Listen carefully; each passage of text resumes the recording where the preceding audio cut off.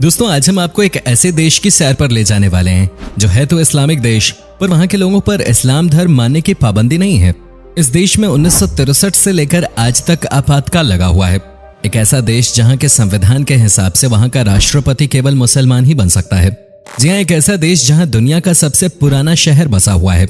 इस देश में दुनिया की एकमात्र मानव निर्मित झील असद मौजूद है। हम बात कर रहे हैं 2011 से गृह युद्ध की मार झेल रहे दुनिया के सबसे अशांत देश सीरिया के बारे में। तो चलिए दोस्तों चलते हैं इस देश के सफर पे और जानते हैं इस देश के बारे में कुछ दिलचस्प फैक्ट्स। दोस्तों वैसे तो इस देश को हम सीरिया के नाम से जानते हैं, लेकिन इस देश का ऑफिशियल नाम सीरियाई अरब गणराज्य है, जहाँ के राष्ट्रपति का नाम है मोहम्मद अल असद। सीरिया की ऑफिशियल लैंग्वेज अरबी है, जो यहाँ के 80% लोग अपनी दैनिक बोलचाल में इस्तेमाल करते हैं। इसके अलावा यहाँ बाकी के लोग कुर्द, फ्रेंच और अंग्रेजी भी बोलते हैं। सीरिया के इस फैक्ट को जानने के बाद आप सही में चौंक जाएंगे। दोस्तों सीरिया में आपातकाल कानून के अंतर्गत 1963 से आपातकाल लागू है। इसके पीछे की वजह वहां की सरकार आतंकवादी गतिविधियां बताती है। आपको जानकर हैरानी होगी कि सीरिया में दुनिया की एकमात्र मानव निर्मित झील मौजूद है, जो पूरी तरह से मानव निर्मित है। इस झील को असद नाम से जाना जाता है, जिसकी अधिकतर क्षमता 11.7 क्यूबिक किलोमीटर और इसकी सतह 610 वर्ग किलोमीटर है। इस झील को 1968 में बनाया गया था। सीरिया की सीमा पश्चिम में लेबनान और भूमध्य सागर, उत्तर में तुर्की, पूर्व और दक्षिण में इराक और दक्षिण पश्चिम में इजराइल की सीमा से मिलती है। सीरिया की कुल आबादी 2 करोड़ के करीब है, जिसमें 90% आबादी मुस्लिम है। इनमें 74% लोग सुन्नी हैं और 13% लोग शिया हैं और बाकी बचे 10% लोग क्रिश्चियन धर्म को मानते हैं। कुछ लोगों का ऐसा मानना है कि सीरिया के कुछ लोग यहूदी भी हैं। संयुक्त राष्ट्र की एक रिपोर्ट के अनुसार सीरिया में नेचुरल रिसोर्सेज की इतनी ज्यादा कमी है कि वहां की आधी आबादी से ज्यादा लोग काफी मुश्किलों में अपना जीवन जी रही है। वहां की गवर्नमेंट ने अपने देश के लोगों के लिए कुछ खास इंतजाम नहीं किए हैं। सीरिया में सबसे ऊंचा पर्वत हेमोन है, जो वहां का सबसे ऊंचा स्थान माना जाता है। इसकी ऊंचाई सी लेवल से करीब 2800 मीटर है।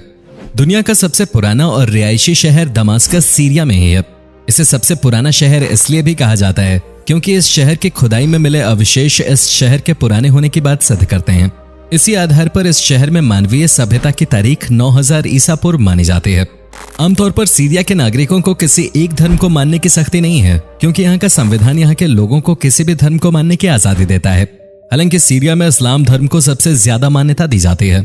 यहाँ के संविधान के हिसाब से यहाँ का राष्ट्रपति कोई गैर मुस्लिम नहीं हो सकता। जहाँ दोस्तों यहाँ का राष्ट्रपति एक मुस्लिम ही होना चाहिए।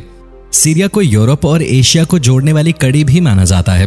आपको बता दें, सीरिया एक ऐसा प्राचीन मध्य पूर्व देश है जो पश्चिमी देशों के बीच एंट्री बैरियर की तरह खड़ा है।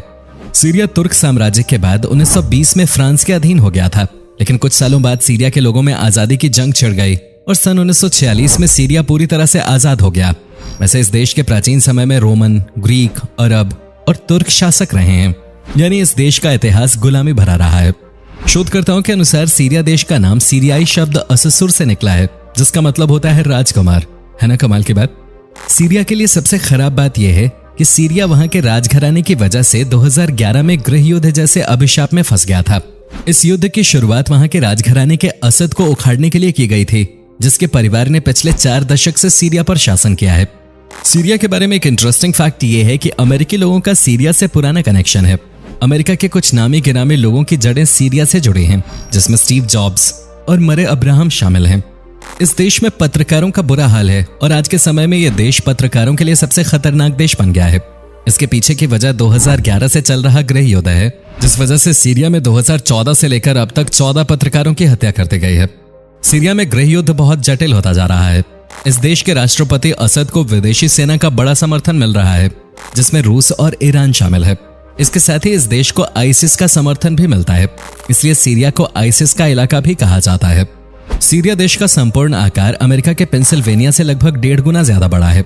दोस्तों सीरिया में गृह युद्ध की वजह से 10 लाख से ज्यादा सीरियाई लोगों को अपना खुद का घर, खुद की जमीन छोड़नी पड़ गई, जिससे पहले ये लोग सीरिया में ही विस्थापित हो गए और बाद में इन लोगों को पूरी तरह से अपना देश छोड़कर दूसरे देशों में शरणार्थी बनना पड़ा। आपको जानकर हैरानी होगी कि सीरिया से बाहर गए 75% से ज्यादा लोगों में लेडीज और बच्चे शामिल थे। जब ये लोग सीरिया से बाहर निकले तब इनमें 10% लोगों ने यूरोप से उनकी सेफ्टी की मांग की।